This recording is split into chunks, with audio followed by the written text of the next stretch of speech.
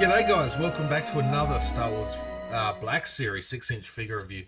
This time I've got Luke Skywalker and the Wampa deluxe set that come out probably maybe a month or two ago. First and foremost, I've got to give a big thanks to Kai from Cool Collectibles. Most of you probably have seen his YouTube channel. He's pretty prominent here on YouTube, part of the toy community. He just recently put up his entire collection of Black Series 6-inch figures up for sale, and I bought what I needed, so I'm completely up to date with everything from the 6-inch Black Series now. So massive thanks to you, Kai. Appreciate it, mate. So without further ado, just sort of place it on the packaging so you can see it, because that's about all there is.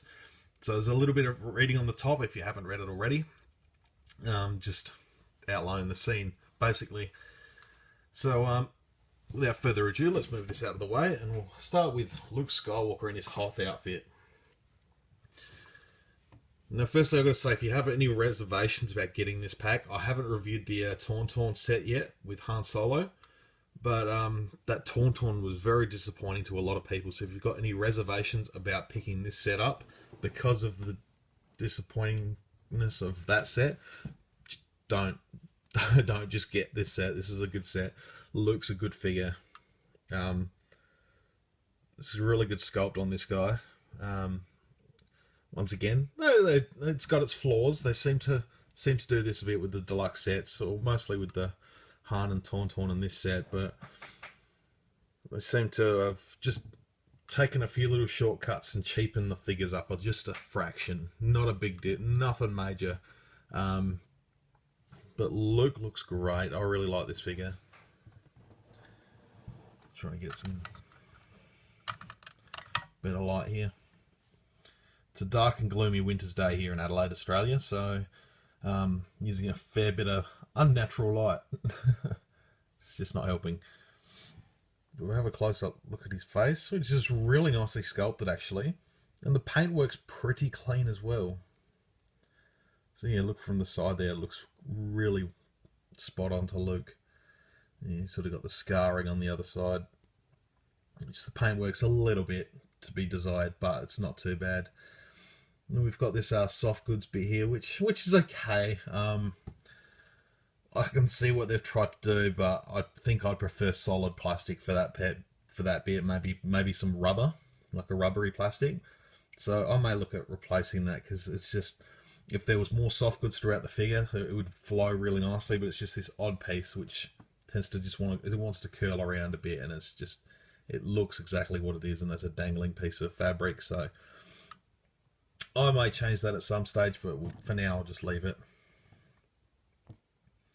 And all the sculpting, we've got his rank badge there.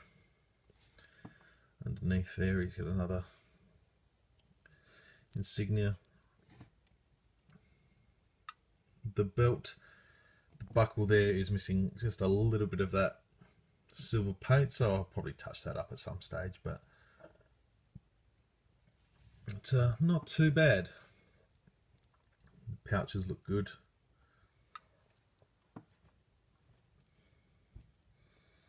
Just the sculpting on his jacket, on his vest, is really nice too.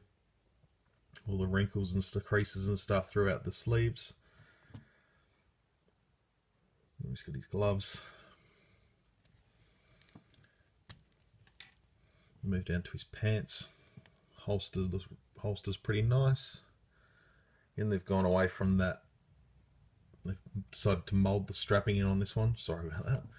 They've decided to mould the strapping in on this one, as opposed to having it a separate piece like they did with one of the others. I think Han Solo had it. I can't remember. Can't see it from here either.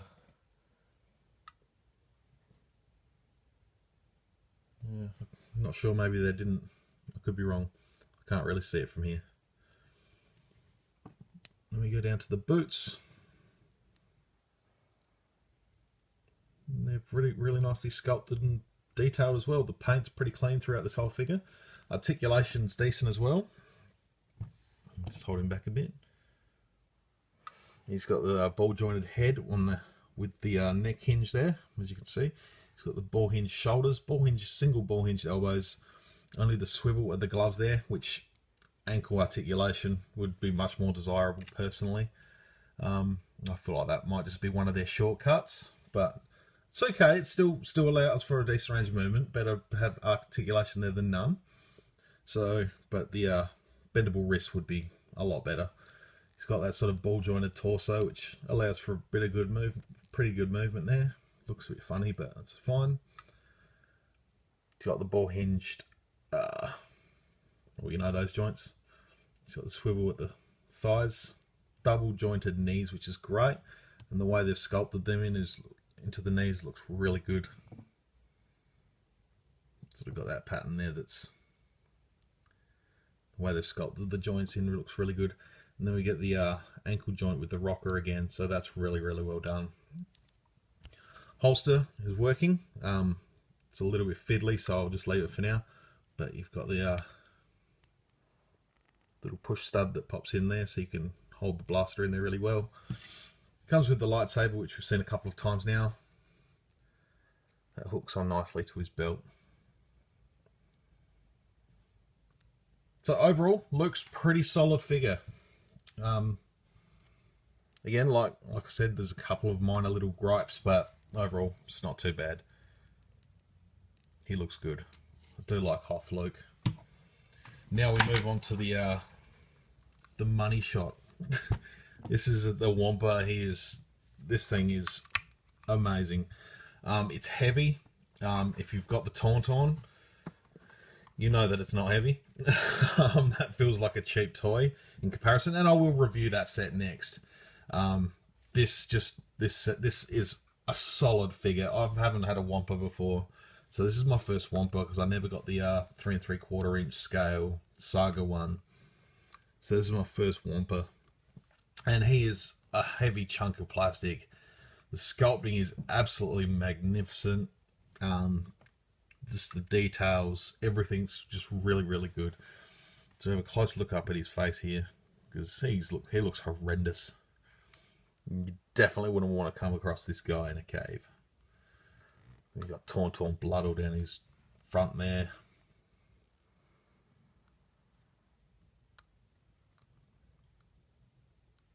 Nice grey horns. He's sort of got these sort of different shade of cream going throughout the different layers of fur. So the end of his arms is sort of a creamy colour. Down here on his stomach, through his face. It's the sculpt of all the fur is really, really well done. Much like they did with the Chewbacca too, which was another great figure. But this guy is just, it's a heavy figure. It is really good. Articulation for this guy, he's got I'll just pop it off. He's got a ball joint, so doesn't allow for a lot of movement, but it sits on there nicely. You get a bit of a twist motion out of it. Look, it's fine. There's nothing wrong with that. He's got a ball jointed shoulder on this side, ball hinged elbows, ball hinged wrist. You can just see there's a hinge in there, so you can get him to bring that claw in. There's some articulation there, some articulation there. So